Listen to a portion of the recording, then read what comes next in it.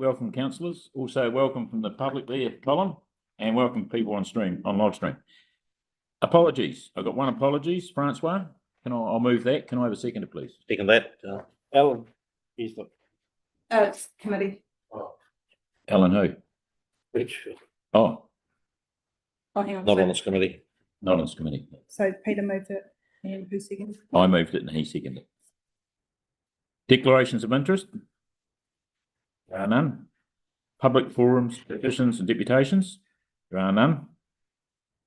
Confirmation of the minutes of the corporate services meeting 19th of August 25. Has everyone read the minutes, and are there any corrections to the minutes? Minutes. Move the minutes, so Brett will move the minutes. Happy to second that. And Peter Haddock will second that. 2026 instead of 2025. 8.2.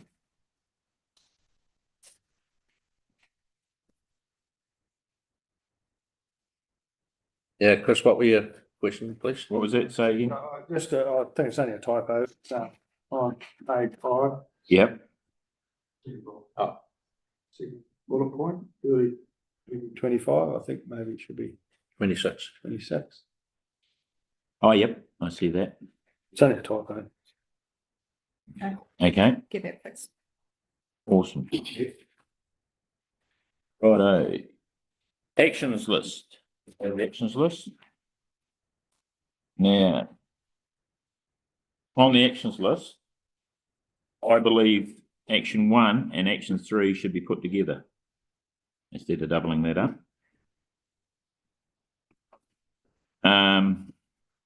So we'll go to action 2. They're both ongoing, action 1 and action 3. And action 2, advise mayors, chairs, joint committee members regarding repayment requirements for the catastrophe fund, including any funds in excess of $1 million threshold, which is ongoing. And action number 4, prepare a report for council giving detailed breakdown of allocation of funds received from the sale of the council-owned land and buildings in Rolleston. That's complete. Just on that, Mr. Chairman, I had a couple of questions for Peter today on that, just to get clarity for me, because I couldn't follow the spreads that Peter gave when I was aware that, because I wasn't aware that the purchase was done, rules was made in Rolleston, that it was financed with a loan somewhere. So was there any residual loan to pay off before we? Are you talking about the initial purchase? Yeah. Should we talk about this? I think that Public excluded. public excluded. This is financially sensitive. Yeah, that makes sense. Does that make sense? I've got some questions too, but I don't want to. Yep. Well, the previous thing was public knowledge that it was sold, so. Yeah, thank you, Mr. Chairman. I would appreciate that, we answer these questions in public excluded because there is commercials around this. So, yeah, thank you. Mr. Chairman, I wonder if I could just speak to the catastrophe fund action. Yep, that's action point number 4. So just to report the following to the committee. So firstly, yesterday at the West Coast Senate meeting, I talked them through our catastrophe fund and the conditions around, etc. So that the CEOs were aware of the fund, but also the requirements and other policy around the fund. I did ask the CEOs in the event of a natural disaster or some form of emergency, did they have a similar fund that they could have ready access to immediate expenditure to do what they need to do? And they were all three of them weren't aware, and then go back into their organisations and check, because it can't just be on the regional council in the event of a big emergency, to mobilise funds. And that should be mirrored, I would have thought, from some form of immediate fund mobilisation from the district councils, particularly in terms of their assets as well. So that's one thing to report. The second thing to report is at the next Mayor's Chairs and iwi meeting, which I think is the 5th, but don't quote me on that, it's certainly before the election, the paper that's been drafted on that is going to that meeting, and I'm sure that the chair at that last meeting of the Mayor's Chairs and iwi will outline to his fellow mayors, about that fund and the conditions around it. So that's well socialised with the district councils and DWC. Thanks. Wednesday, the 8th. 8th, sorry, thanks. Okay, awesome. So can I have a mover for the action list, please? Peter Ewan. And Andy Campbell. Okay, Chair's report. Verbal update. Firstly, I'd like to thank Peter Miller for the hard work that he's done financially in this company along with his associates, but Peter's presented the numbers to us, and without Peter's help, we were pretty much flying blind for the last 2.5, 3 years, pretty much. So I'd like to thank Peter very much from all the councillors, and he'd be a great loss, and I wish him all the best for the future. Thanks, Peter. Also, to all staff, rest assured that common sense will prevail in the upcoming elections. That's the Chair's report. Can I have a move for that, please? Happy to move. Move, Peter. Seconded, Chris Cole. So there are no reports. They are being shifted elsewhere. Is there any general business?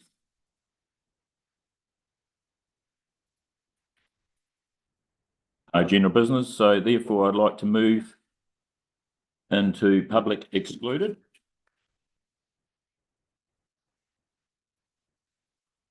We could stop. Who's going to make, I assume. Yeah, who can move it? I'll move it. Second, Brett. Yeah. Time is, what is it, 9:20. Declare the meeting closed at 10:14, public excluded. And then Everybody, meeting, Operations Committee meeting, 16th December 2025. Firstly, I'll say the prayer. Almighty and ever-living God, in whose hands and rights are the rights and hopes of all people, look graciously on us who govern, and guide us so that our councils may be wise and their decisions just. Amen. Apologies. We've got Francois. Anyone else? Okay, got a mover for that? move it. Mark, second, Peter. Declarations of interest. Yes, I'd like to declare on Franz Joseph Stage 1, Franz Joseph Stage 2, and Greymouth through my son. MBD. I'll declare on the one. That's all I'm gonna do. Public forum petitions and deputations. Confirmation of the minutes for the 19th of August 2025. It's recommended the committee resolves to confirm the minutes of the committee held on that 2025 at Trinity record. Take everyone's read the minutes. It's a pretty short one. Get a mover. Happy to move. Move Peter, second and Andy. Chair's report. Everyone, Everyone in favour? right, Actions list, sorry. No, actions list. Got a long one. Good.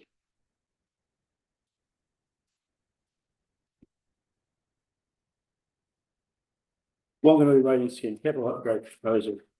One, presented with councillors, the Ocean rating district, the application, up and coming annual meeting. Ongoing. Action point 2, provide a register of known orphan assets to the councillors. That's still ongoing. Staff to review provisions with TTP regarding subdivisions and engage with the Grey District Council on future developments that could exacerbate flooding, which is ongoing. Chief Executive. Action point 4, raise with the insurers the option of insuring rating district assets to a lower sum total asset value. It's ongoing. Action point 5, arrange a workshop with the councils, insurer, NEMA and West Coast Regional Council regarding insurance options and rate for the rating districts. A workshop to take place after the risk insurance meeting. Is there a date for that? No, we don't have a date yet. Okay, so that's ongoing. It'll be before the elections, is it? 2nd of October, would it be? Sure. Right. Part of that process, I think that Okay. give you guys an update. Yeah, That would be further break. Right. Action point 6, investigate NZTA held retrospective consent for the spur on the north side of the Wanganui River and advise details to Congressman Campbell. It's, no update provided. No. Okay, action point 7, investigate the depth of the tow rock where the stop bank is under direct attack from the Tumakau River. No update provided. Tom? No. No, obvious councillors. Yeah. There's a number in that category where we've just got a little bit of humble work going on at the moment, transitioning. Those my kids head under the pavement, but they're direct in operation, so. The new training. So through the chair, I guess that's Terramacau Settlement we're talking about. Yeah. I think, yep, that's, Through the chair. Is it slumping here, Tom, or what makes it? You might remember this stemmed from a conversation we had a number of months back where we had a satellite image up on the screen. And a braid of the river was dropping through a steeper section and attacking the bank directly. And with that image, it appeared that the toe of the erosion protection on the stop bank was under threat. And councillors had asked for some advice on what was actually going on and how much of a risk there was. I should note that that is adjacent to the area that's been worked on recently, so I'm pretty confident that it wasn't an issue there that would have raised it with your plan. yep. Action point 8, investigate the legal status of the Organs Island land transfer and report back to the Operations Committee Council when information has been provided from staff, Department of Conservation. I'd like to bring up 2022, I sent a letter which was tabled to the then Minister of Lands regarding the ownership of the lease arrangement of the Organs Island area, and the concern I had was that it was generally a 10-year lease, and it was they just rolled them over, and it was at that stage due for renewal, and I thought we just very complicating if it was just renewed again, and we're having to do works on it. So in view of that, I was quite happy when I saw that we were corresponding with the DIA and the chief executive of DOC, and but now I'm starting to get concerned because it's just gone on for quite a long time. At the start of the year, the plan was re-gazetted or resurveyed and submitted and approved at the start of the year. So they do it under a thing called Section 125 of the Public Works Act, which means it can actually, the idea of that particular section of the Act that streamlines the process so that really you can do the sort of actioning and gazetting quite quickly. And we're talking now 6 months and still nothing. And in the meantime, done nothing on Organs Island, and our Matt Gardner, for example, has emphasised the importance of doing something on Organs Island because that's virtually the headwaters of the Arawaifi, which once spillover, any small spillover from the Buller into the Arawaifi has a huge impact on town. So I'm submitting that we would I would like through the chair to What would you like us to do? Would you like us to resend this letter or bring another letter or bring to their attention? This is copy, but I'll sort of prepare a bit of Mr. Chairman, I wonder if I could just give a little bit of reminder of the background here, and then we'll talk about what I think. So the issue of shutting out, the flow across Organs Island was well described, and the benefits of that in the Kawatiri business case way back when. Yeah. And so when the project finally got its funding, the Organs Island was a critical component of the flood protection package that needs to happen. It was well understood at that stage that to make that happen, there need to be some land transfers that went on. So this is the state, the current state. The land of Organs Island is vested in Linds. Linds have then on with that for a farming purpose. The absolute intention and agreement right from the beginning was that the land would be, initially we thought we needed to buy the land off the Crown, and that was decided, no, we don't need to, there's another way of doing it. It was, and this is the intention, a Crown to Crown transfer between Linds and Dock. So the land vesting passes from Linds to Dock, and then Dock vests that land in the regional council for a reserve purpose of flood protection. Now, that has been on the books and has been reported to the steering committee. And if Councillor Haddock and Cummings remember, Paul Barker from DIA spoke to this and said that he was going to make this happen in those early days of the steering group. That hasn't happened. And now I've had to take up direct contact with the Department of Conservation because the ball is in their court to make this happen. It's been, and this is now getting on to 2 years, where there has been no action by the respective entities to address this, and they're saying, look, they're overworked and can't do it. But this is getting critical now. I've now escalated the communication with them, and now they're saying they want to develop some sort of business improvement process between Linds and Dock on these matters. And I've said, well, look, do what you need to do, but please give us a date when this can be given effect to, because we now need to move on this. What I have said to the Department of Conservation, though, is please, I don't want you just to enact all of this legally and then give it to me. Before you enact it, I need to see the terms and conditions of what we can do, and make sure that that's acceptable to us for a flood protection purpose and what we can do on that land. So it's got to the stage where in communicating with the regional director of Department of Conservation, the frustration levels with the delays and not being able to action it has reached the point where, as Councillor Cole has brought to our attention, that look, we probably need to now write a letter, and that to the minister and or the chief executive of the Department of Conservation to try and get this moved. And that letter is probably best signed out by the chair, especially if it's to the minister. If it's to the chief executive, it can be me.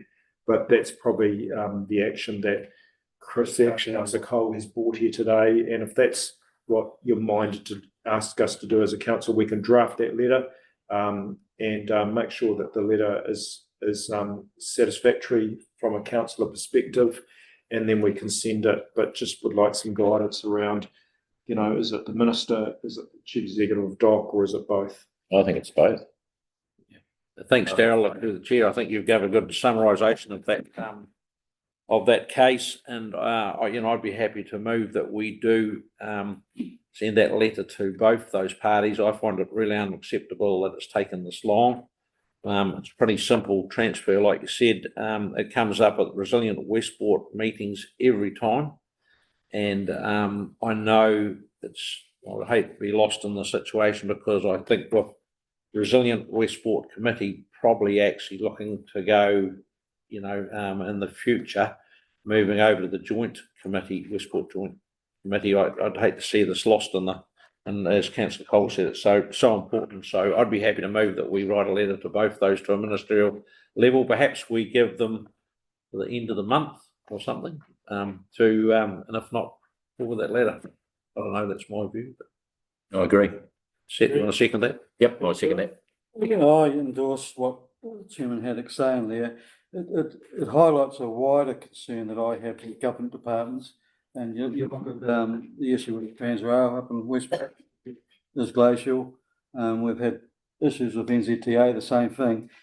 And as far as Linds go, I'm very concerned that they do lease off or give authorisation to adjacent parties to do work on their land. And this, they pay no regard to the downstream adjacent landowners. And there's no better example than above the Cobden Bridges, where they gave permission to a clean, so-called clean fill dump in a riverbed. Now that's going to have a repercussions in the future, and we have a big flood there, but we all know what happened. And we passed on a report by Land, River and Sea to the Grey District Council at the last Joint Flood Wall Committee, and there's not been one comment that I'm aware of from them expressing the same concern that I raised. So there's concerns all around, but the hub of the matter is Linds have got blinkers on. They're taking rental for given the authorisation, and they're oblivious to potential consequences because the Joint Flood Wall Committee, when they done that several years ago, never consulted the Joint Flood Wall Committee, and I was a member of it. Otherwise, we would have had something to say. But before we knew it, it was happening. Through the chair, Chris is 100% correct. All this flood scheme that we're spending ratepayers' money and government money and private money on starts at Organs Island. I mean, that's where all the water comes from to Westport. So it's essential that that land tenure gets sorted sooner rather than later.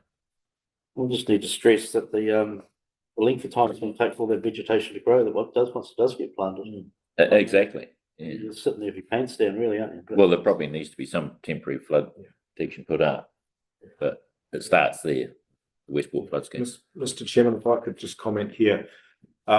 Look, it has been talked about that the long-term solution is planting of Organs Island to allow the sediment to build up and, shut the flows off. Whether it's natives or exotics, that takes time. We are commencing the investigations around a short, medium and long-term approach, because it may be that we need to think of maybe some structural protection as well as the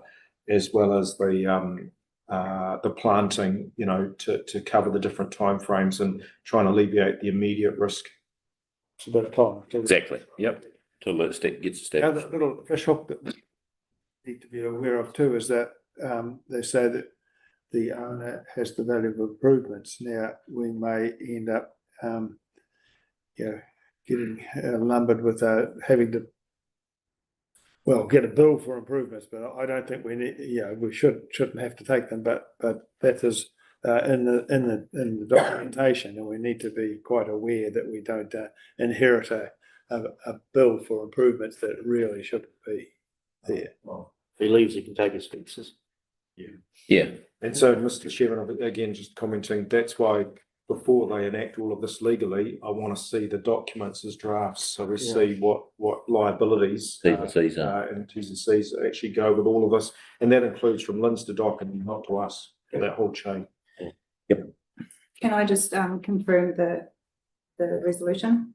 Request the chair send a letter to the Chief Executive and Minister of Department of Conservation raising concerns over the nearly 2-year delay in transferring the land from Land Information New Zealand and Department of Conservation investing in West Coast Regional Council. If no action, substantial action is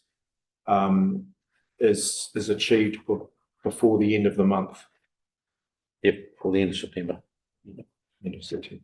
Oh, so you're going to send the letter if you don't get any action? By then. By then. Okay, rightio. And it was That Phone moves calls by first. Councillor Me. Haddock and Councillor McIntyre. You just want to check. All in favour? Yep. Thank you, Councillor. Thank you. Action point 9, prepare a paper on consent requirements for Rating District stock banks, i.e. current consents in place and grandfather rights, etc.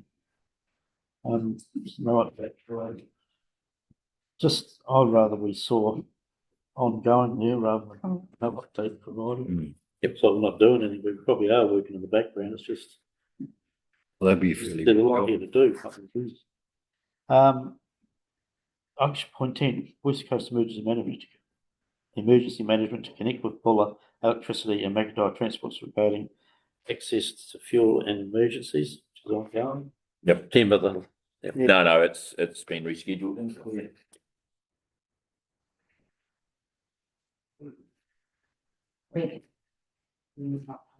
Yep. That's if you get it, we're going to do it anyway. Do it anyway for the goodness of my heart. Action point 11.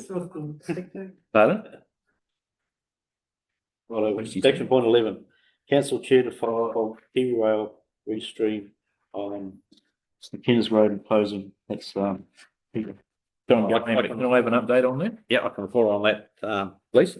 Mr. Chair. I had been in contact with the South Island manager, Andrew Bruce, and he was going to set up a meeting, but I see now that the staff have connected, I believe, Daryl, with the Kiwi Rail staff, but it's still not moving as fast as I would like. And I'd no doubt the people of Westport would like as well, because the gate's still open at Cats Creek. And we also need to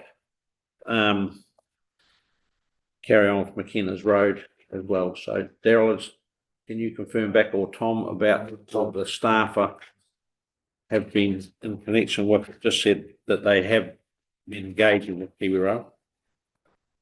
Councillor Howard, so we had a regular liaison meeting with Kiwi Rail last week. As far as Cats Creek is concerned, our staff lodged the grant application for access to the Yep. to No, close so the there's- gap on Cats Creek, a couple of weeks prior, so that's about 3 weeks ago. And that grant application has been processed according to the statutory timeframes that Kiwi Rail need to act under for approving that grant. What, excuse me, Tom, what is those timeframes? I'll tell you what, I can't actually answer that. Yeah. But I can come back to you on that one. That'd be good if you could, please. And with regards to the clearance of vegetation around the culverts, Stevens Road, again, that work is in the work program for Kiwi Rail as a maintenance activity. I can't tell you when it's in the work program, but the staff on the ground are well aware of it. We've now got staff, and so yes, we will. Okay. Thanks for that update, Tom, because I do realise, and I appreciated that when I talked to South Island manager, there had been some changes in Kiwi Rail staff, as the Westport people will remember when we met them there, and then they advised us they were leaving the next couple of days. So it was, I do understand what happens to new staff, got to go. So I'm pleased that our staff are engaged with the Kiwi Rail. So thank you for that update. I've also been pushing that locally on an operation level. So, that action point there, then we need to probably take the chair out since it's ongoing. Tom, note Yeah. would that be fair enough? Since the chair's leaving the building? No, it's not. I think it's Michael Beagle, you know, the manager. Michael Beagle? To the GM, Yep. yeah. Okay, so we'll put. Yep. Got that? And just a wee comment that McKenna's Road, I think, should be Stevens Road. Right? Just Stevens Road, yeah. Yeah. Not McKenna Road, Got it. Yeah. Stevens Road, yeah. Is that with a PH or Yes, Yeah, yes it is. PHE and S. PH? Steve. Thank you. Lucky last, number 12, is complete provide information to the committee on design of the life gate at Copton. Flood wall. Let's see, well. That was, through the chair, that was a good explanation as well, you know. Could I just go back to, through the chair, to item 3, which is the review the provisions in the TPP regarding subdivision engaged with Greater Council on future developments could exacerbate flooding. Now, I'd really like this to not get lost in the system as well. Going back to a while that was actually done, there was concern about subdivisions on Colson Road on the east side of the state highway. And a lot of those, there's a lot of subdivisions happening up around there and up in Rutherglen Road. And what they actually do is they exacerbate the flooding situation or the movement of water quickly across the state highway into the saltwater lagoon out here, which goes from as far as the New River Bridge right up to the back of the chambers here. So it can affect isolated flooding for all those properties from the New River right through to the back of the chambers, and that's all these properties on the western side of State Highway 6. You know, so the whole idea on that subdivision area up there was to try and put retention ponds or slow the movement of water in a rush, which in the past has actually cost the state highway just south of here. So I'd like that still to be carrying on. I do note that Grey District Council, I mean, a lot busy with local water's well done, but you know, as these subdivisions get granted, I think there should be provisions in there to make retention ponds or detention ponds so that, you know, as I explained, so Is there, that's a priority in there for staff to keep pushing on that, so. is there none, Peter? Is there no retention ponds? Very little. Oh, there is in some subdivisions, but it's important that they be actually put in, because what happens is, as you know, the water comes off the roof, goes straight into the stormwater system, straight into that one or two small creeks there are, and straight into here, so we get that massive big flow. Yep. So, And also on top of that, you've got the pumping and holing and stuff. Yep. If you look what Lands and Survey did at the Marfera block up there, they put culverts at the end of every hump and hollow, so they can restrict the water flow, which is what something people need to do as well. You can't just let it all go at once. Mr. Chairman, if we might look, I need to spend some time with Michael to go through, you know, because there's a lot of actions here on the agenda today that haven't been seen to. I need to spend some time with Michael to go through that, try and get some of those things out, including this one. Can I just comment on Peter Blackwood and I in previous lives have done a lot of work around subdivisions, and Peter probably more so than me. There are many subdivisions and areas of New Zealand now, Auckland, Kapiti Coast, you know, just name a few, but there's many others where the amount of urbanisation now has meant that the natural stormwater channels are full and can't take any more peak runoff. And so the concept hydrologically in subdivision design for any new subdivisions in those sorts of areas is called hydrological neutrality. And that means that you cannot add to the flood peak, which means you've either got to get detention ponds as part of the development, or other soakage areas or soft areas where Swale drains, that's swale drains, all those sorts of things, and not add to the peak. That does add to the subdivision costs, and the developers generally tend to not enjoy that. And so there will always be that pushback. But look, I do know, and I've spoken to the chief executives of Grey District Council lately on this. They're concerned about it as we are. We just need to team up. Their team hasn't been available because of local water done well over the last few months, and some other staffing issues and that sort of thing. But they're now in a position to meet, and that's what I need our team to meet with them. And actually, there's nothing new here. We can just lift and shift some of the rules from other parts of the country into here around this hydrological neutrality. You don't tell them how to do it. You leave it up to them, but you say you can't add to the flood peaks coming off this area, and you have to put up a subdivision design that attains that neutrality. And then it's up to them to go and see, you know, and get the design and how to do all this.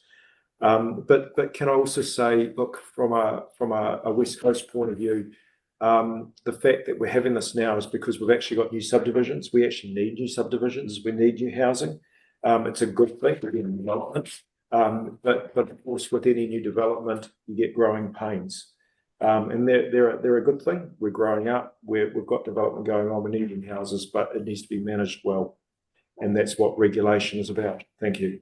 Through the chair, what we need to do also is convince the developers that it actually saves the money in the end, because if their subdivisions don't get flooded and they don't have the damage to the floods, it's a stitch in time saving nine in terms of future proofing them, so that you don't get $1 million spent now probably saves you tens of millions later on because of a well designed subdivision. So they say, oh, it's going to cost us a lot of money for this, but it's not really. It's going to save a lot of money for your clients, a lot of money later on. Yeah. Thanks, Through Chair. One the last chair. comment. Oh, sorry. Through the chair. Oh, Peter, you go. I'm happy to take the group manager just on a bit of a tour of that, you know, just locally show them that, but also just councillors, if you ever go down the Southern Motorway in Christchurch on the way in, the new Wigram subdivision spells it out all. You can see what they've got, low areas in there for them, and that's what it's all about, stopping that flow quickly here. Okay. Through the chair, no, that's cool. Through the chair, Daryl has expounded it really, really well, and also yourself, Peter. A key thing here is that rather than having a liability for past subdivisions and the ever onrush of subdivisions. A very, very key point is the advanced planning. So it's not just the individual subdivider, which is really, really important that they mitigate their impact. But so the whole planning through district plans, even regional plans. So the planning is laid out in advance as to how you want to see the urban growth, which is so important, the urban growth. But you need to have a really good plan for how you're going to deal with that additionally generated stormwater. Very, very key point. And also that you're not putting people in floodable areas. That's all I'll say. Anyone else? All I'll say is I'm sure the subdividers will pass the cost on to the people with the section.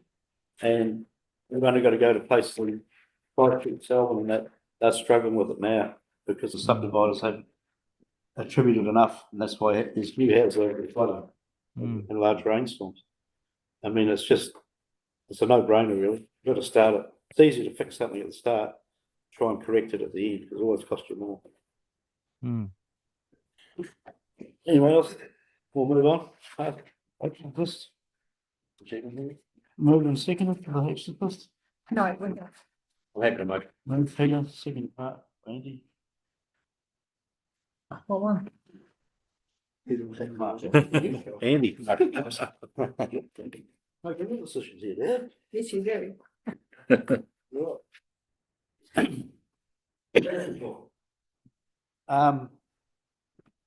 I'd just like to say good luck to everybody with the upcoming elections. There's a bit of quite a bit of action going on out there, especially in the Greymouth electorate. And best of luck to all of you, really. I went and saw Shanti's roadshow thing in Greymouth. I was a bit disappointed it wasn't that well supported, but the staff did a really good job, and I'm sure that everybody who was there enjoyed it. And I know you've done a few more since then. Are they still going okay, Shanti? Yeah, it's probably between, 10 and 15, 20 at the most, depending, but all very positive feedback, nothing negative. Yeah. Everyone's really happy with the work that we're doing and really interested. Lots of comments about I've seen that big building and driven past it, had no idea what you guys do. So that was really good to be out there talking to people and giving them an understanding of the value that we provide. I think it's good that even though it's a new thing, people start talking about it. The next ones will probably be better attended if we continue on with next year in Small steps, yeah. because it's there's a lot of information that people you see that looks on people's faces going, oh, Yeah. I think titling it better, not stated the environment sounds a bit boring. So yeah. go with something a bit more interesting. I'm going to move this chair's report. Okay, Andy. Second, Chris. Right. Move on to 8.1, update for the West Coast Emergency Management. Yeah. Thank you, Chair. Morena koutou katoa. Okay, so this is a quarterly update to you. The last update was provided to you in June earlier this year. It highlights a number of items that were raised at our Emergency Management Joint Committee, which took place on the 1st of August. So I'll just take you through some highlights for that. Just an update regarding the NEMA Resilience Fund projects. So 2 of the projects have now ended. They ended at the end of June this year. One of those was the Alternate Emergencies Centre resources. So that was at a cost of 90,000. So as a result of that, we've got 2 emergency pods that are now in the region, one in Reefton and one in Pukatika at the airport. And also for Grey District, we have a 6x6 Covertex inflatable shelter. So those are now in place. I just want to note too that we had an opportunity to exercise and test those resources in a rapid deployment exercise that we held in August. There's a couple of pictures on that at the rear of the report. Advanced evacuation planning. So we now have 3 draft evacuation plans for Greymouth, Hokitika and Franz Joseph. That work, however, needs to continue, and we have to work closely with our colleagues in each of those district councils. Just a note there that we have a meeting next week in Franz to talk about evacuation planning for Franz, and we have participation from Western District Council at that meeting as well. Current projects, so we currently have 4 power operated fuel pumps that will be arriving into the region shortly. Further down the report, just an update that we're still working on the new group plan, which is well underway, and we're hoping to have that out for public consultation before the end of this calendar year. District Council and Regional Council responsibilities. So we had a report to the Joint Committee in August about the relative responsibilities of District and Regional Council. So I just provided a short update there. We need to really work hard to clarify roles and responsibilities between Regional Council and District Councils. We are looking to tease that out more and understand it more with several items of our work program, including the enhanced evacuation work that is commenced. Work program, so I've provided a bit of an update about the work program there. And just a note too that we did not meet our target in terms of having a review of that 6-monthly work program, which should have occurred in May, but instead was not approved until the 21st of August. So there's a delay in that. It was a 3-month delay, and that occurred due to finalising levels of service across the districts, as well as ongoing work that's also wrapped up in the new West Coast Emergency Management Group Plan. Over the page, capability and development, just a bit of an update there. We had 125 people attending training. This is an increase of 34 that we reported in our last update to you. And just a note too that we had 2 rapid deployment exercises earlier in August, one was Scorpion One and Greymouth, attended by all 4 councils and also representatives from a number of other agencies that I've listed there, and also want to refer to the picture at the report. Resilient West Port program, so just an update on that. There's a number of different aspects around that program. We will be taking the final evacuation plan to our coordinating executive group on the 28th of October, and then it will go to our joint committee on the 5th of November. A note to Buller District Council to receive as well. So there's a huge amount of work that has occurred around that evacuation arrangements for Westport. There's a couple of other aspects of that project as well, which I've listed in the following 2 paragraphs. And that is the conclusion of that report. Happy to answer any questions. With your EPOD, what's actually in your EPOD? Is it like a food and storage thing? So there's so it's got equipment in it, including furniture. Essentially, it's around being able to operate a operation centre. So it's got furniture, chairs, a bit of IT, communications, water, and limited food supplies as well. So it's very basic. Generator? But it's also, no, it doesn't have a generator in it. But it also has the availability to have more items located in it. So they do come at quite a cost, as you can see. I will check on the generator actually. She had it because it may, I just can't confirm. Just one other question is have we got a map for all these things on it? Is there a map? as of- gets. No, like somebody, an emergency, someone managed to get on the internet and they find out where's one of these pods. Or is there a map that's got all this stuff on it? We, Stuff like the defibrillator and other bits of emergency stuff? so we have that, so that we can use it in a response. Obviously, it's important that we understand where our resources are. Yeah. And alongside that, we understand where other resources are, for example, FENS operations as well. So we have, we're able to sort of share and understand where the resources are. It's not publicly available, however. It's like a headquarters, really. It's not for people to go and sort of evacuate to. Correct. It's not an evacuation centre, it's a. Operation centre. Yeah, operation centre. Right. Isn't that right? Yes, that's exactly right. But people can go there to get information in the case of emergency. So that There's location. nothing else where you're gonna hear. Yeah. So those locations will depend entirely on what has occurred. There's a number of centres that are on the website, and it's termed as potential centres because it's important that people understand that it may not actually be there. It may be in a different location, but it gives that community an understanding about where it's likely to be, and that is on the website.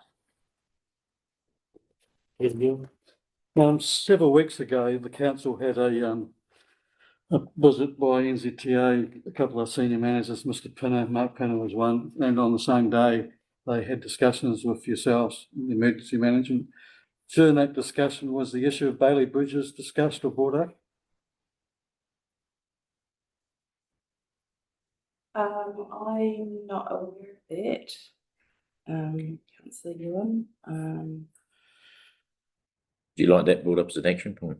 Yeah, just one that was brought up, please. Yeah, good. No,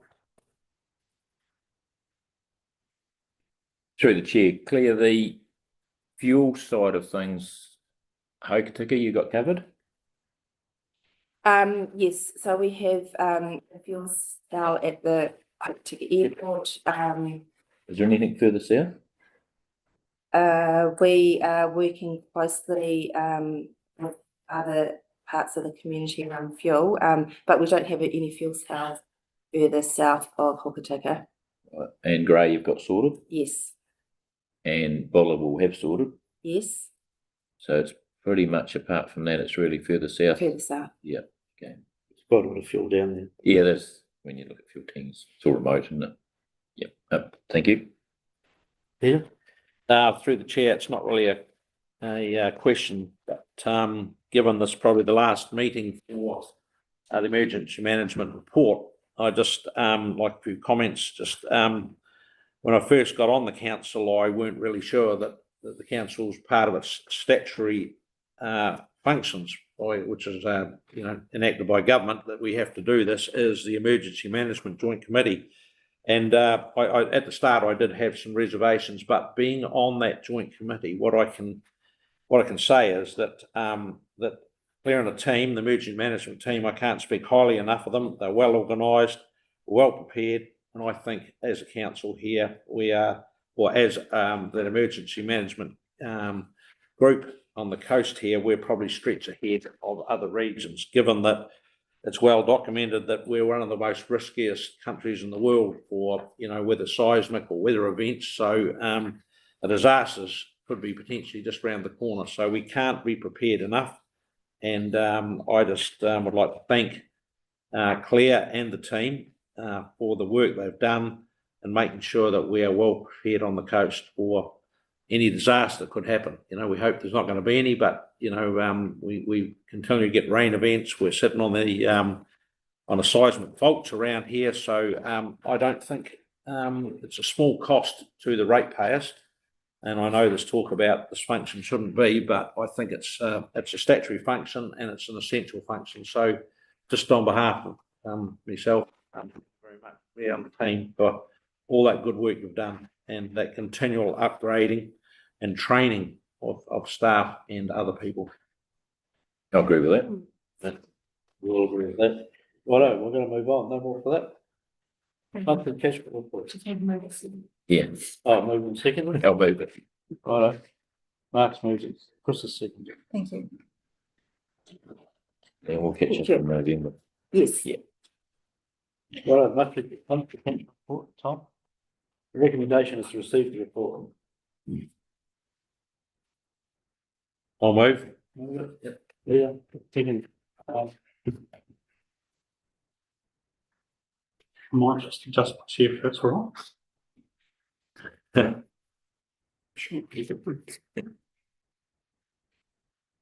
Morning, councillors. Okay, so starting with managing flooding, erosion and drainage section, so the operational part of our group. From a maintenance and repair point of view, pretty quiet at the moment. That just lack of severe weather events over the last few months, which has not been unwelcome. But staff, probably more importantly, staff have been very, very focused on one, the asset inventory and condition inspection work that we spoke about earlier, and I'll talk to more in a moment. But also contributing to developing proposals for a third tranche of capital projects under the flood resilience banner, and I'll talk to you further about that later in the meeting. The other point of note this month, joint committee meetings, so our second round for the calendar year. We're halfway through that now, having met with both the Franz Rating District and the Okatuka Rating District Committee. And we've got Westport happening at the end of September, and then Greymouth in November. Annual general meetings for the other rating districts and also the joint committees scheduled to start in November. And I believe we're going to change things up a bit this year and start from the south and north. Any questions on any of that before I carry on? Yeah. Yep. Now, the second thing I wanted to speak to was the asset management project. Again, as reported earlier in corporate services, fantastic progress on the inventory, condition inspection and data cleansing part of that project. We now only have minor emissions from our inventory and condition inspections due to access issues and Raft Creek as well, that hasn't been picked up just yet. So that's like 400 inspections completed for the month of August and a cumulative total of 1,642 since February. So that's a huge effort by the area engineers and other support staff. So what that's all resulted in, again, as you heard earlier, is much better quality data and implications for the valuation report, and then also insurances as well. As far as the asset management system itself is concerned, after a short delay due to some resourcing issues, pleased to announce that we're now ready to go live with that system from the 29th of September, and staff will be able to start actively working in the system. Any questions on that item? Really good. Cool, aren't we? Yep. Can I just make a comment, councillors, and as I advised before, this is to the nationally consistent asset management system that's been adopted by all the regional sector, so that's really good. But I always want to say a big thank you from me to the team who have responded to the call to get this implemented. But also, it's hard to be a successful business, and many councillors, you're in business yourselves, it's hard to be a successful business, let alone a council, if you don't know what you own. Yeah. Okay. And that's what this is about. Thanks. Yeah, well done. I hope you pass the thanks on to the team for us.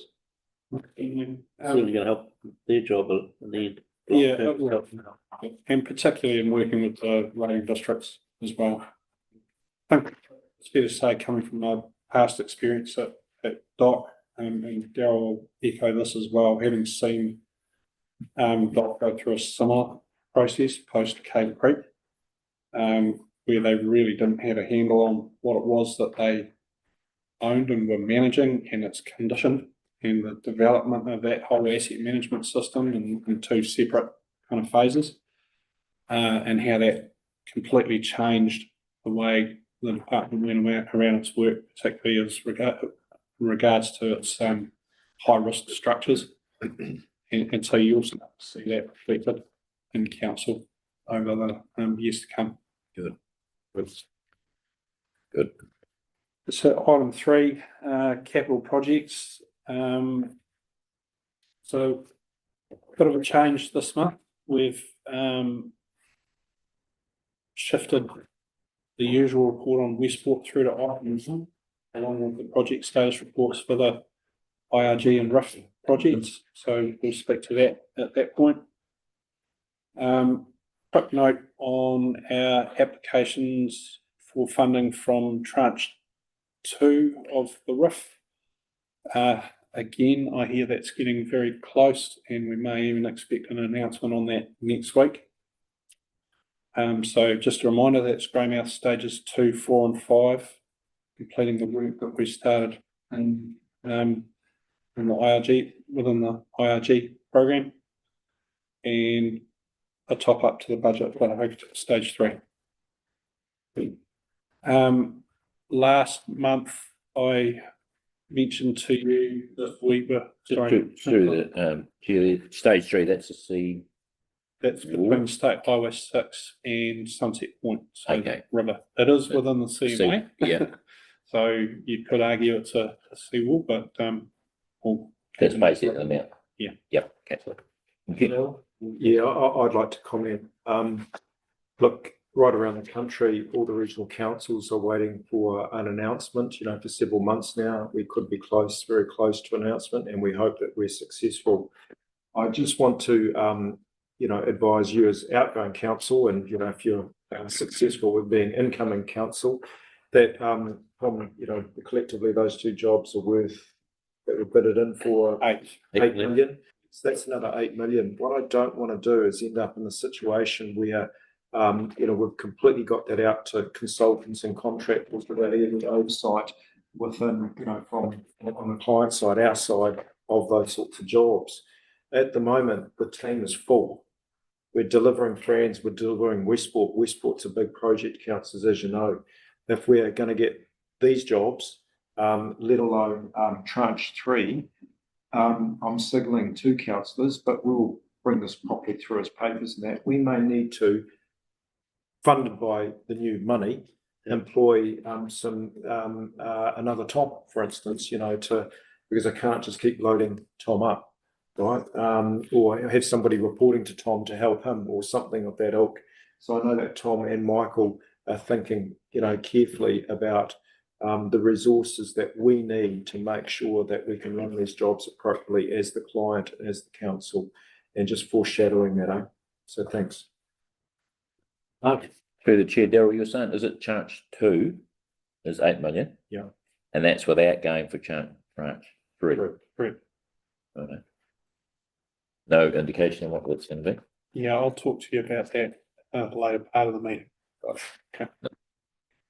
Would also be fair to say, Daryl, that a lot of that's Greymouth floodwall stuff's already been designed and signed. So it's not like it's not clean slate thing, is it? You're correct. Yeah, you're absolutely correct, Tate. So I'm pretty confident that we can manage the additional work, i.e. Greymouth stages 2, 4 and 5 and active stage 3 with the existing delivery model that we've got, which is supported very heavily by Novo. And the reason for that is, as far as Greymouth is concerned, they managed the work to get that whole upgrade design, checked that we were operating within the existing consent for that scheme, and then out to market for tender. So it's a roll straight in off of the work that's been done to date, and in theory just straight into, you know, having a look at what our procurement method there be a variation to the existing contract up there or something else, okay? For Hokitika, you're aware of where that's at. Yeah. We're in the design phase now. And they've got a donkey deep in managing that project for us. It doesn't really make a lot of sense for us to change our direction on that one right now. So through the chair, the Greymouth, that would be private public too, won't it? Be some private involved in that whole scheme. Western Ministry. So that's part of the current stage. Right. Yeah, so stages 1 and 3. Yes. Stages 2, 4 and 5. Okay, right. Yep. Again, we'll Speak to that further down the track. Yep, cool. Thank you. Yep. Okay. Understand. Just to comment on that, Tom, I'm really pleased because it has been a concern. You know, the gate's open. I want to say that again, you know, at Greymouth and Hokitika for the majority of those. So the sooner we get that closed, you know, we're better protected. So I've been nervous about not having that announcement from government. So it'll be really good to see that come through and get those projects and those couple of communities pretty well protected to the extent. So that's really good news. And there's likelihood that there could be an announcement before the next council meeting, is that correct? That's what we're hearing. That's Yeah. cool. I'm at the managers like for the second half of this week, along with Darren. And there's mention that might even come out over that period, but I'll be confident to something over the next week or two rather than by the end of this week. Brilliant, thank you. Peter, you want to say something? Oh, just going back to page 21, just a minor thing. You know, in the report, it just shows the left branch of the, should be the true left bank because it does cause confusion. If you go to the dentist, you're going to have your left tooth for your right tooth out and get the wrong way out. Work with the wrong leg. Engineers, we know we're always looking down the road. Yeah. Just a minor. All right, done and dusted there, we'll move on to, move to second. Do you want Oh, no? to, haven't finished the report? Three. Tranche 3, yeah. Tranche 3, yeah. So I'll talk to you about that at another stage. Okay. Meeting. Yep. Happy to move that report? Yeah, we've already done, we've actually done that one. Yeah. We're moving on, But it's fine.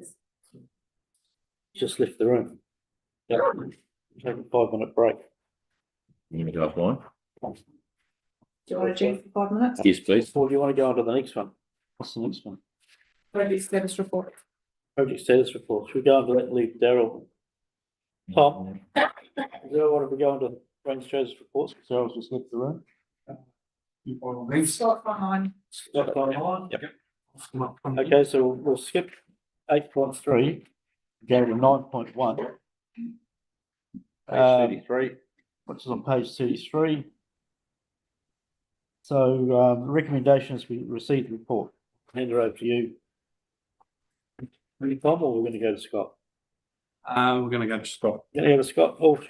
Floor's yours, Scott. Good morning, councillors. Morning, So, Scott. Prince Joseph Stage 1. We have made some good progress over the last month. We've signed off practical completion for MBD on the main contract. So we've received the as-built documentation, etc., required there to enable that PC certificate to be issued.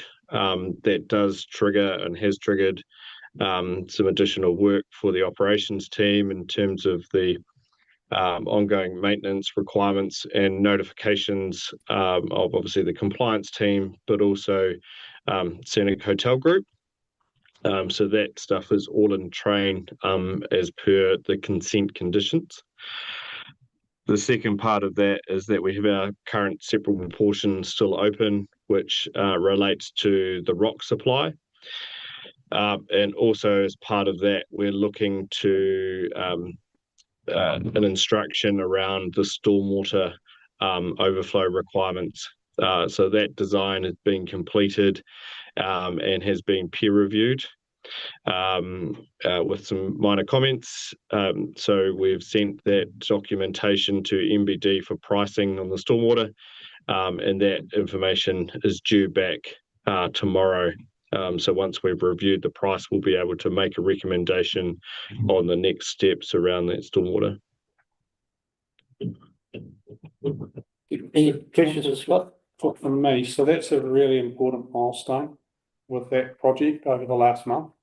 So both practical and defects liability certificates signed off over the last month, and you will remember that we've split the delivery of that contract into two separable portions, and those completion certificates have been issued in respect of separable portion 1, which is the substantive part of the work.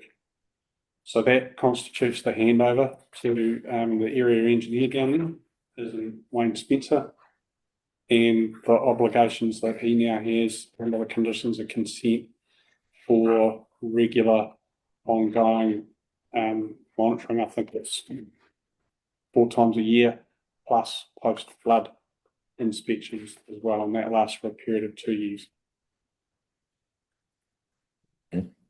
Any questions for Tom or Scott? No. Nope. Someone to move that report? Yeah, I'll move that. Seconded, Andy. All those in favour? Move on to, what is yours now, Dick?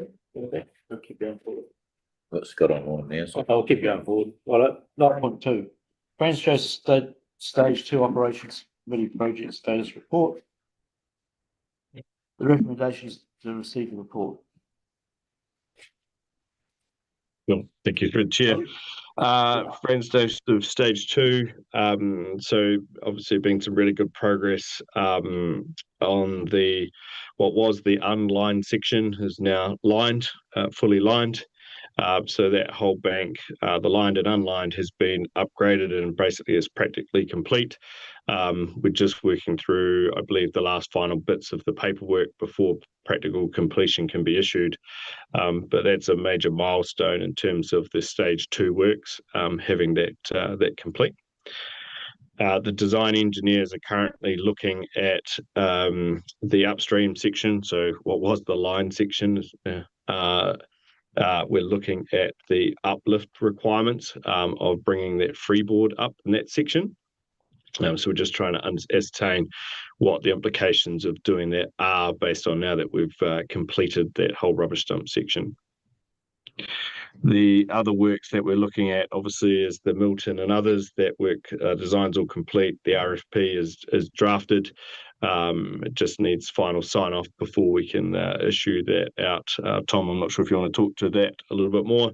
But yes, there's a lot of eagerness out there in the market to get that and have a look at that RFP. Yes, so as Scott says, councillors will remember you approved the procurement plan at a recent council meeting, and I've drafted up the request for tender documents. They're sitting with me for review and approval before going up on GETS and out to market open tender. So that's going to be carried on, named as Milton's and others, not getting renamed like Andy said. We'll have that conversation the next time we meet with the working group. Cool. Yeah. That was mentioned last time. Yes. So. One stage, please, equal that. We've got someone to move the report. Happy. Yep. Any move the report, Stephen Peter Ewan. Just got to say, community consultation group, they're all on board, correct? Yes. All happy? Righto, 9.3, Hokitika River Seawall Operations Committee Plan Status Report. Recommendation is to receive the report.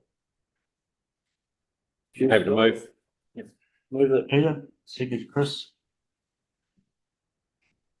You want to talk to this, Scott, or Bob? Yes, I'll talk to this. The focus this month has been on stage 3, particularly the RFP for consultants in regards to both the rock armour repair and also the uplift requirements. So those tenders have now closed. And we received 2 tenders. We've done an initial review of those tenders and have sent out some post-tender correspondence on Monday to get further clarifications from the two consultants on those proposals. Once we've had that, we will then be in a position to draft up a formal recommendation for the appointment of either of those two consultants before we proceed. Predominantly with the rock armour repair first and the requirements there, but hopefully that works in parallel with the tranche 2 funding announcement, and then we can proceed both designs in parallel.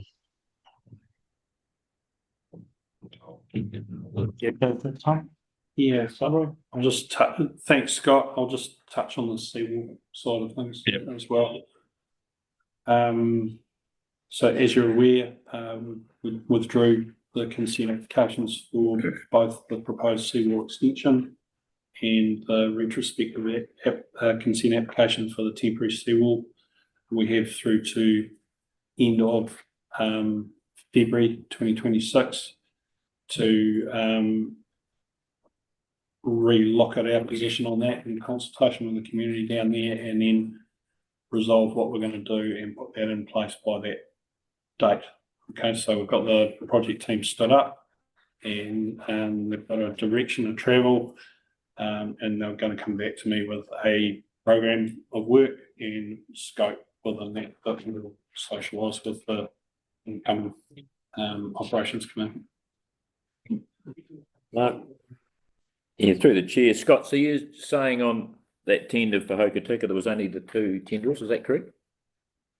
Yeah, not contractors, consultants. Yes, Consultants, only two.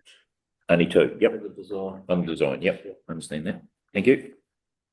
Just a question, Tom, where does that leave us as far as we've withdrawn the consents? Where does it leave us with what we've done so far? In terms of Emergency works and all that, that's still there, I guess, for the seawall? Yes. Emergency works? so the temporary seawall, so installed under emergency works, that's still in place. Yes. It's okay to stay there and all that sort of stuff. It's okay to stay there insofar as we've been issued with an abatement notice, Right. which covers Westland.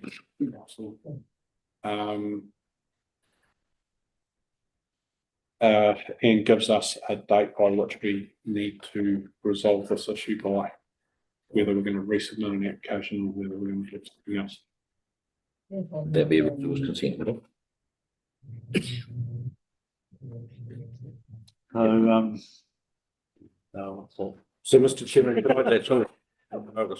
This was an agreed and a good outcome with Westland District Council. Yeah. It covers them legally under the RMA, but we're very, very grateful for the 6 months of additional time to get the consent and other strategy together for the future of the seawall.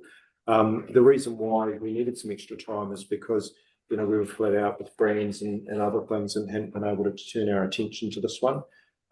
So it was all in a very, very amicable position with Westland District, and we'll work towards it. I just want to note though that you know, dates in February are difficult because basically you lose the deal of December and January to the holiday period, so it's not like 6 months, you know, and so we're going to have to move on this, and we'll have to bring back to this council table what the strategy is before we lodge and do anything there. Thanks. Questions on that one? We're going to move the second, haven't we? Yep. Well, that's still move on to 9.4, which is DMF Operations Committee project status. Recommendations to receive the report. Mover. Per Ewan. Second, Andy Campbell.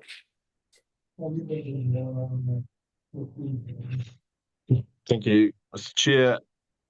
So with regards to Grey, we have been chasing up with regards to the stage 1 separable portion 2 section, which is the WMS site. We have received a draft geotechnical report and we are expecting the final results and report for the contamination testing this week. We are unsure or unaware of any implications of that contamination report. But we will be then in a position to report back to WMS particularly around where their contingency's at. That was part of the reasoning for doing it, was that we had a higher contingency allowance in that section, not knowing what was beneath the ground, but also beneath the slab that would need to be removed. So this information will give us a good insight to what we need to do there. We are aware under the geotechnical report that there will be some slightly more additional excavation, which we can then now include in the price, and that'll be a little bit easier to establish. The second part is around whether we need to complete additional seepage modelling for that small section, and that will relate to what the status is on the remainder of the bank, so the full 5 kilometres, etc., that we've already uplifted, and versus what would it look like if we move that back the 20 odd metres towards Gresson Street. So we're currently just drafting a memo around all of the previous reports that have been carried out by Davis Ogilvy and also Gary Williams, who gave us input into that, and understanding that there was always going to be probably some seepage underneath the banks, which we would need to deal with. So to carry out the additional seepage modelling was sort of circa 85k, which that 85k will put us over the ideal amount that Western Mineral Sands were looking to put in and contribute to the relocation of the bank. Any questions for Peter? Just where would that cost fall? On ratepayers or back to Western Minerals? No, so what we've done is obviously we had the amount of costs that were associated with the uplift and rock armouring of that section of bank. Western Mineral Sands will be up for any cost over and above the allowance that we've already got in our current funding and requirement under the original project. So if it is another 84,000, it would need to be covered by Western Mineral Sands. Brilliant. Question? Okay, move on. The Westport Flood Protection Scheme Status Report. The recommendation is to receive the report.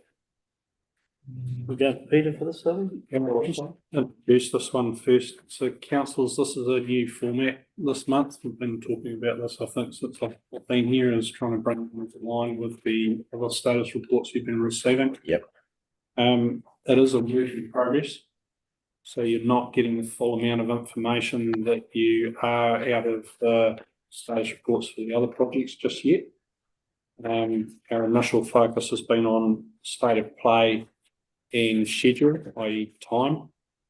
And what you will see over the coming months, or the incoming committee will see over the coming months, is us progressively populating the different sections in that report, including council receiving a financial status report along the lines of the ones for the other projects that we've got. Okay. So I'll hand over to Peter for him to speak to the state of play section, and then I just want to come back and talk to you about the RAG status, so our overall position there briefly as well. Okay. Thanks. Peter, over to you. Yep. Just a preliminary note, I'm going to talk about the narrative here and what's new and what's important. We also have a detailed Gantt chart, which goes on for about 8 pages of about 40 lines per page. I'm not going to talk about that at this stage, but we will be talking about summaries from that. Okay, I'll start with the one I don't want to start with is the Averys. And I'm going to start with the design side. The resource consent was lodged, and we received 12 matters to answer a section 92 request, and we answer those all in detail. All questions were satisfactorily answered. Last week I was overseas in the Coral Sea, but the day before I left, actually the day I left, we received a further request on the flood hydraulics. Quite a lot of detailed questions, including one that was they wanted an assessment to 1 centimetre accuracy who might be affected, and normally it's 5 centimetres. So I delayed my trip with my wife and instantly answered that request. They want to know about impacts in a 50-year, and that was already in my report to them. So we've received that further request. We're almost there. We're really pushing very hard our planner. We just need a couple of small answers from the ecologist. In terms of the Tangata Whenua, we had, as I said before, we had really, really good meetings with them, and we're just sorting out access points and a couple of things. I think we're very, very close there. So this is going to delay the Gantt chart another bit. We were expectation of receiving the consent today, but I don't think it'll be too far away now. We're pushing very, very hard. So I'll now go on to the Buller River upstream. Ask any questions along the way? Peter, Mark, Yeah. I'd like to ask you a question. We're allowed to ask questions along the way, Peter? Yeah, that's fine. It's better you do. Yeah. So this is all to do with the hold up with the consent, is that correct? Correct. And no work's allowed to commence before that's issued, Correct. even if we're talking a centimetre or 5 centimetres. Yeah, correct. Is I've reminded the people who are assessing the consent. I have reminded them of Planning Tribunal and Environment Court decisions, which generally go to 2 inches. That's 5 centimetres, not 1 centimetre. Yeah. And I believe that they will drop that straight away. I've had no feedback from them that they're going to pursue that. It is pretty disappointing to receive a question like that. Well, the public, the ratepayers, wouldn't be very happy with that either. So, the common sense needs to prevail on some of these decisions, doesn't it? Certainly, it certainly does. You can. No, look, we've answered the questions, and we hope we get a swift, hopefully, issuing of the consent now, councillors. It's a difficult situation, where there's a consent authority involved and the applicant and that sort of thing. So we just need to be a bit respectful. There's a process to go through, and we've answered those questions, and now we hope that we've got everything in order and that we'll get a consent and we can start constructing. Thank you. Yeah, we've given very non-confrontational answers. We've answered what needs to be answered to try and help them along the way. And could I just repeat, I've been really happy with the support we've had from Tangata Whenua on their issues, and like we are slightly into the coastal marine area, but every effort possible was made to minimise that, and they understand that totally. Yeah. Peter, No, I just make this, the point that, I think Councillor McIntyre was alluding to, over a given area, if it's exposed to a prevailing wind will push it 1 centimetre over the end result. So it's insignificant. I'm surprised the question was asked. Tidal surge. Right, Yeah. Peter. Okay. Carry on. Okay, the Buller River upstream State Highway 67 bridge investigation and design. Just an update from what's written here that GHD have been commissioned for the final geotechnical and civil design. So that's very, very good news. They have been commissioned for that, and we'll be meeting with them again shortly. We meet every 2 weeks. Planning and environmental. This is important. We put out a request for quotes to 3 companies for the completion of the resource consent application for the Upper Buller and Carter's Beach. And we received pretty good proposals, and we've assessed it, and the award will be imminent. So, and we want them to submit that resource consent, I think it's by the 20th of November.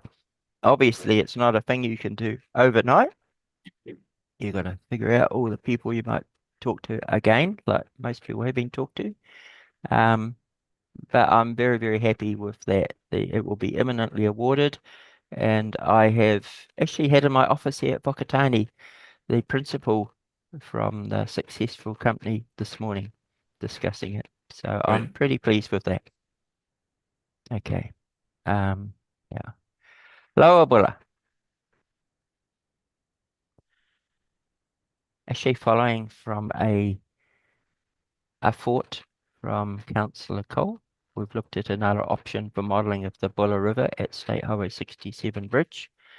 And we're assessing that at present. We're modelling that, and that may well remove the flood risk in the 1% flood to an immediately upstream property.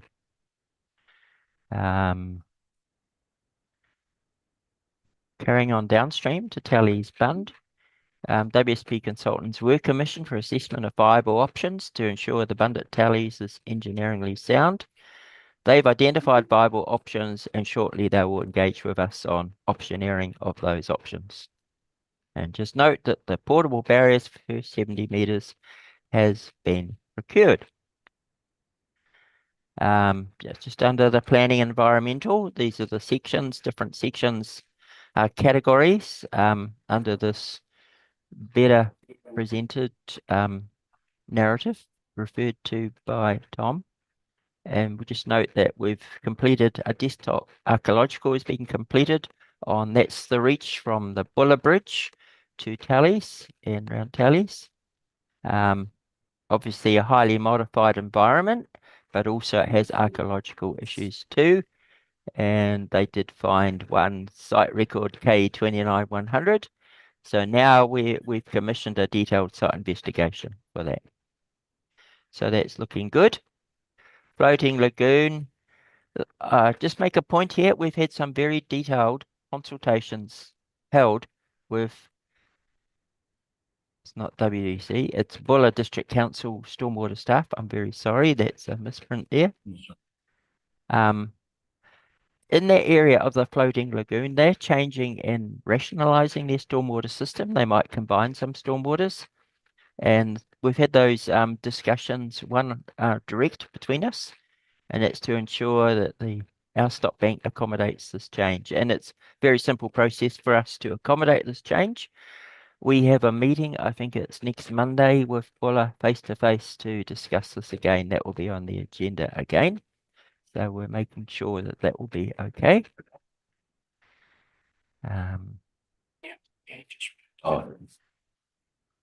Easton, Sorry, I can Peter, answer a can I just- question.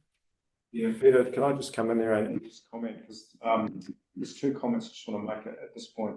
I just take it back to the consent process we need to go through. We've just about awarded to a company now for all the main banks and carders. That project perspective is on the critical path. So the whole project timelines basically are critical to the awarding of that consent. And if we have substantial delays, which, you know, who knows, because there's a lot of landowners that those banks go across, and we've got some delays and that hits in, for an award after Christmas, then, you know, the construction timelines on the whole project move out, and we're most definitely into the next financial year, rather than spending all the government money by 30 June next year. And that will be a conversation with DIA around moving that money across the financial years and everything. So please don't underestimate the significance of that consent process for the main banks. We've done everything we can. It's going to be in play. It's all good, you know. But there's a lot of landowners involved in that under those banks. The second point I want to make is around BDC and their stormwater.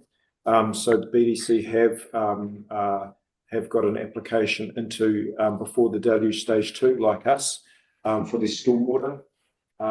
Whether they get all or some of that money from that bid remains to be seen. But in any case, even if they are successful, they still will only get 60% like us, and they will need to raise the other 40% from local share from that community. They have not put that in the LTP, long-term plan. And so if they're going to do that, they're going to have to run a special consultative process under the LGA, but like what we did at Franz, if councillors remember. And that takes at least 2 months, probably closer to 3, before I consult with the community. And if they don't parallel up and mobilise some of their own cash to work in parallel to start advancing design of that stormwater and the crossings and possibly pump stations and that, then if we stay on track with our construction of our banks, we could be delayed, potentially by BBC needing to do everything they need to do with their infrastructure, so that we can build it all in one go. With the banks and the stormwater crossings. I understand there could be up to 8 or 9 stormwater crossings, but that could change given design. So, and neither do we want to just build the banks, leave a gap, the gate open, and then build again. That won't work either. So look, there's a number of what I'm communicating to council.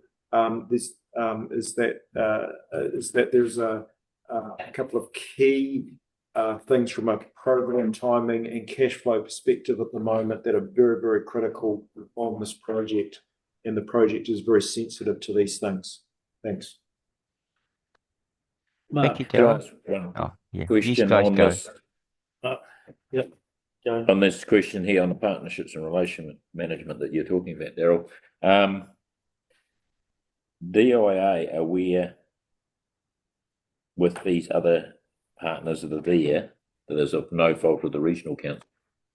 What is the DIA's take? Like, is there any, like, if we've ticked the boxes in an orderly time fashion or manner, is there any leniency with DIA? Yeah, so good question, councillor. Councillors, I was in Wellington last week, and one of my jobs was to go and see DIA officials, which I did do for an hour and a half on Friday afternoon of last week, and talking them through these matters. Look, we have to prepare the proper papers for the steering group, which Councillor Cummings and Councillor Haddock are on. And we probably, and I'm advocating for at least 2 more steering group meetings before Christmas. The next one's on the 10th, the Friday before election, and then we probably need another one before Christmas.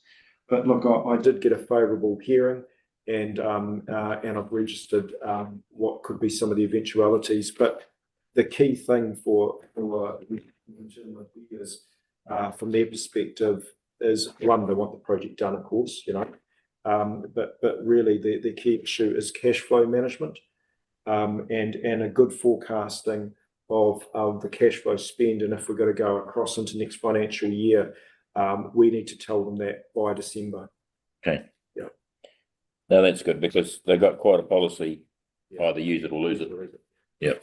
No, Just to, through the chair, just to back Darryl up on that too, Resilient Westport Committee have always signalled to DIA that the timeframe was way too tight, that this cannot physically consent, do the geotechnical, get land ownership, easements, and get the construction done. So we've always signalled that it was almost an impossible task, and that it would need an extension. So that's been well documented right through all the way through. Agreed. And like the public perception is, they're still vulnerable right now.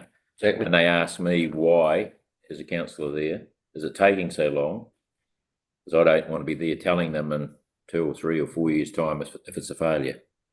I said it's got to be designed. There's so many stakeholders involved, as Peter's alluded to. Yep. And rules and regulations. So yeah, there's a lot of spokes to the wheel. Another complicated, through the chair, another complicated thing that we need to be aware of. At the Carter speech meeting, they were made us quite aware that the 2 almost have to be done simultaneously, because if one goes up before the other, floods the others, or vice versa. Even if didn't really cause it. It'll Section. Central, blame for it. exactly. I guess the other thing is the Portland District Council don't want to have 8 pumps to get their water across the wall, so. No, but they need to get infrastructure under our walls. Yeah, I know, that's what I mean, that's the only option for them, they don't get it underneath. So it's all over the top. Yeah. But surely they know the urgency of planning that too. This stuff.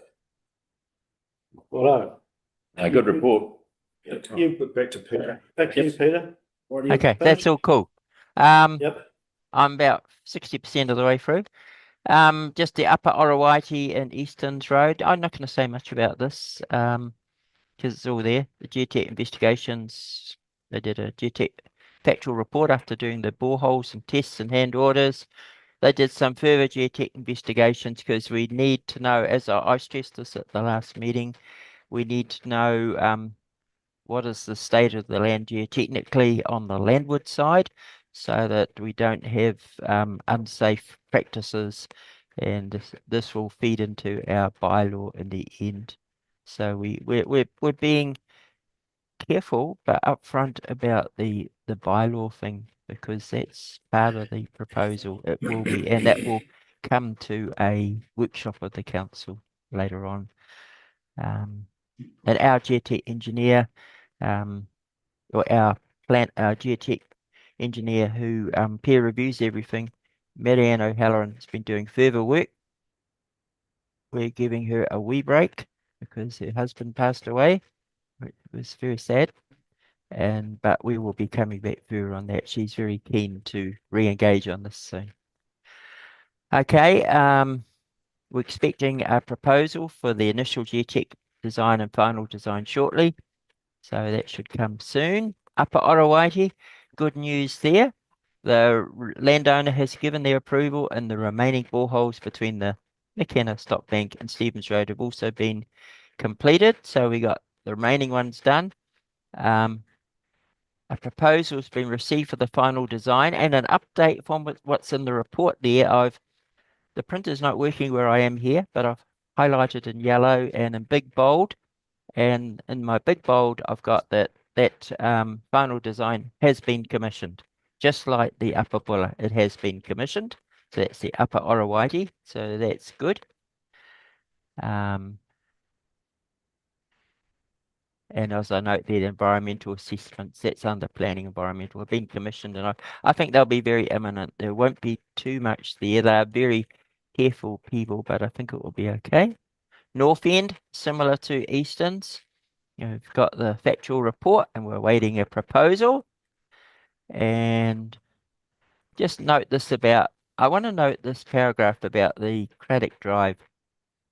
Craddock Drive possibly will be a challenge because it's got the Orowaiti Lagoon on one side and a modified wetland on the other side. So we received advanced ecological information for our planners to consider. We've got the same planner for this section as the designers because we want them to work hand in glove, so there's not a discrepancy. And so the advice we received was to keep out of the CMA side, as land on that side has high ecological and tangata whenua values, and it certainly does have that.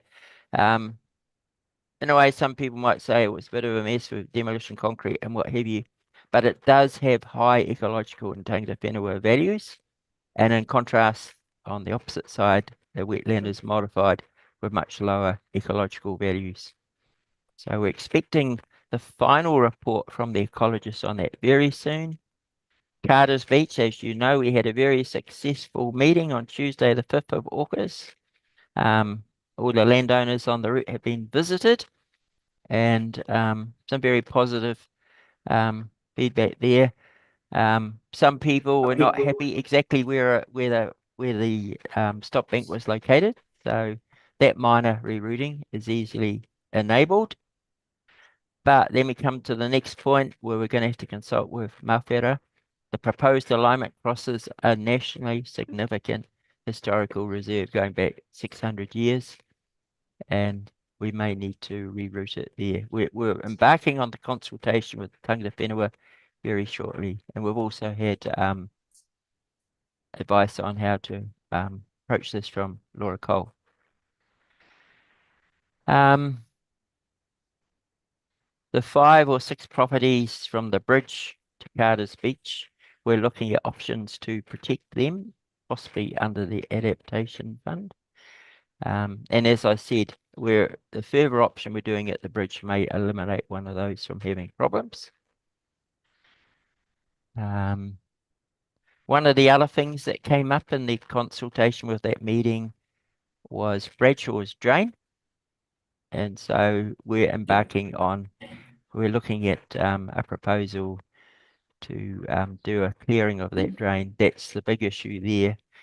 And the 1% AEP under the current climate, it doesn't adversely affect flooding from Bradshaw's drain, but it has an existing problem from contamination. So the council's looking at that. And finally, Snodgrass. I'll just note, we've commissioned a further investigation to assess. Like, remember, there were 26 out of the 30 properties we could protect. We're looking at seeing whether we can protect 2 more without compromising overland flow paths and raising flood levels elsewhere. And so far, that is looking positive. And a What question does- for you there, Peter. Oh, sorry. Can I ask you a question there? Yeah, The yeah. cost benefit on those extra 2, is it out and it's good, like a good cost benefit?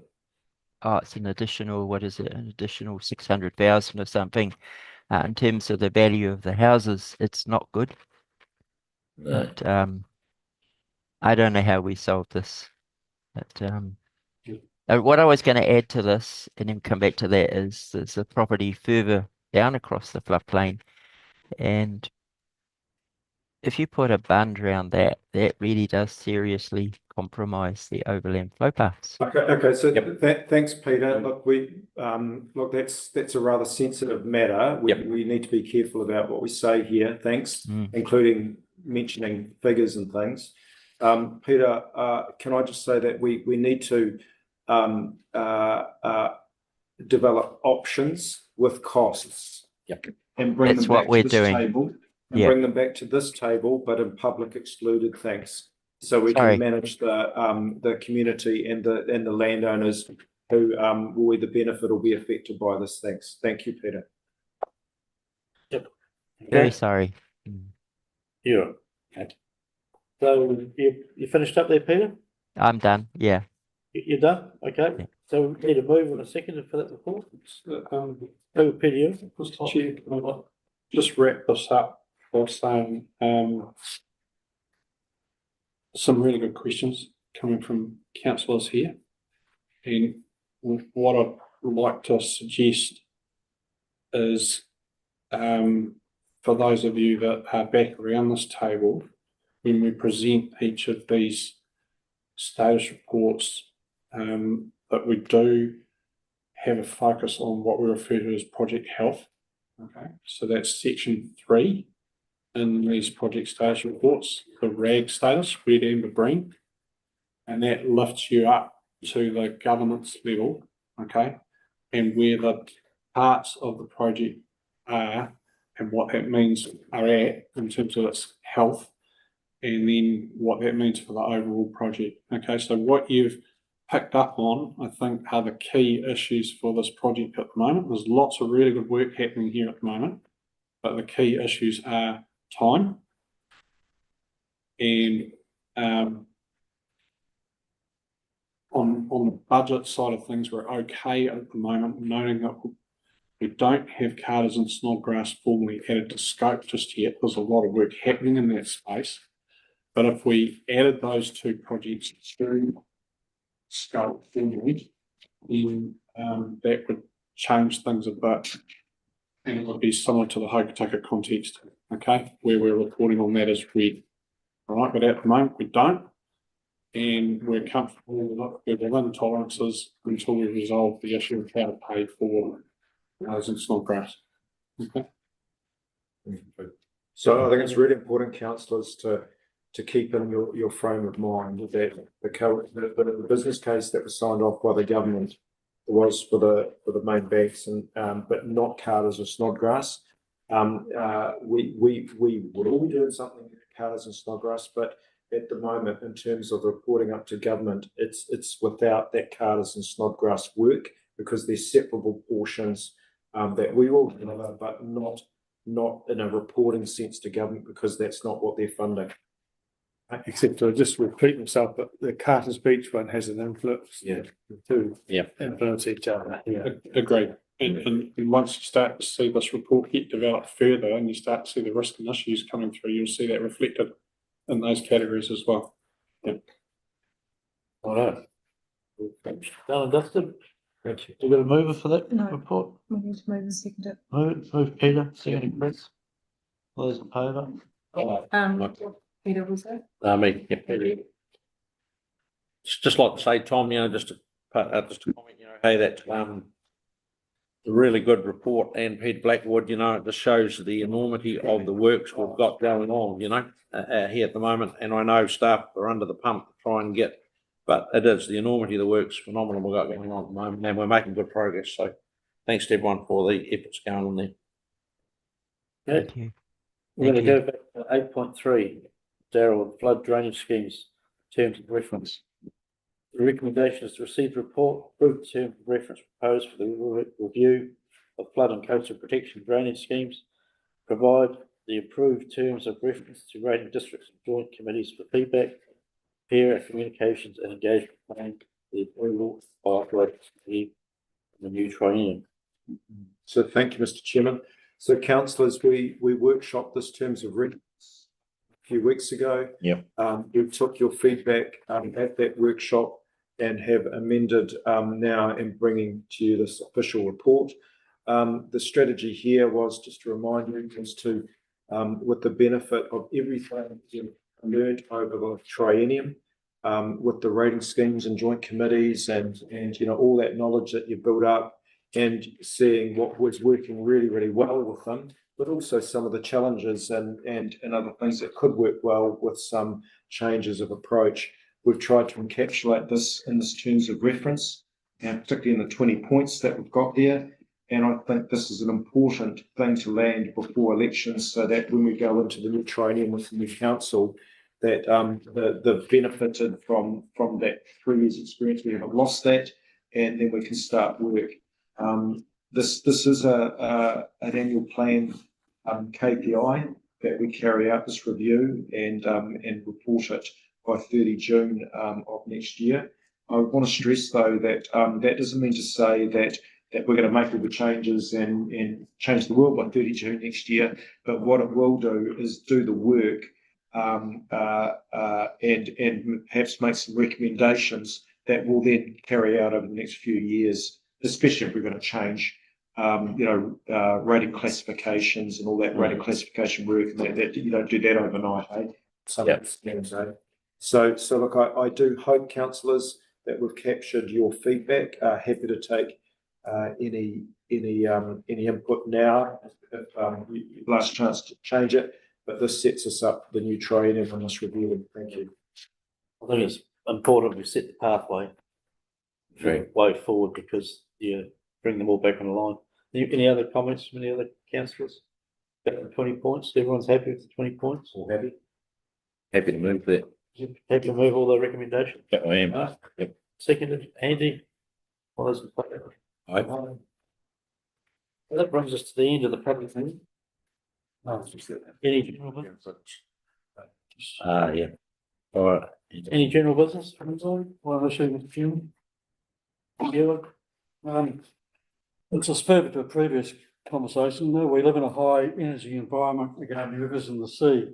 And when we lift something up to a ministerial level, if it's one example and the entity concerned, a government entity has other examples, they should be part of the conversation.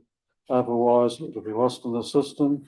We have to volumise. If there's one particular entity that is causing concerns, well, that has to be well and truly funneled through to the minister concerned, because we know all the glacial troubles we've had with NZTA, Kiwi Rail and Westport, and now Linz is all over the place too. So we're going to go with one issue, we should highlight others. That's all. Okay. Okay. Any other comments on Me. general business? Yeah, just business. Yeah. Before the meeting closed, or Doing business. I'm moving public excluded. yeah. Yeah. We can have one first, or Second that. Yep. we'll just. We're going for lunch. We moved it, you were going too far. And I'll go second. That was meetings closed. Meeting's closed. Correct. Yep. I think you said lunch was at 12. And we're gonna break, aren't we?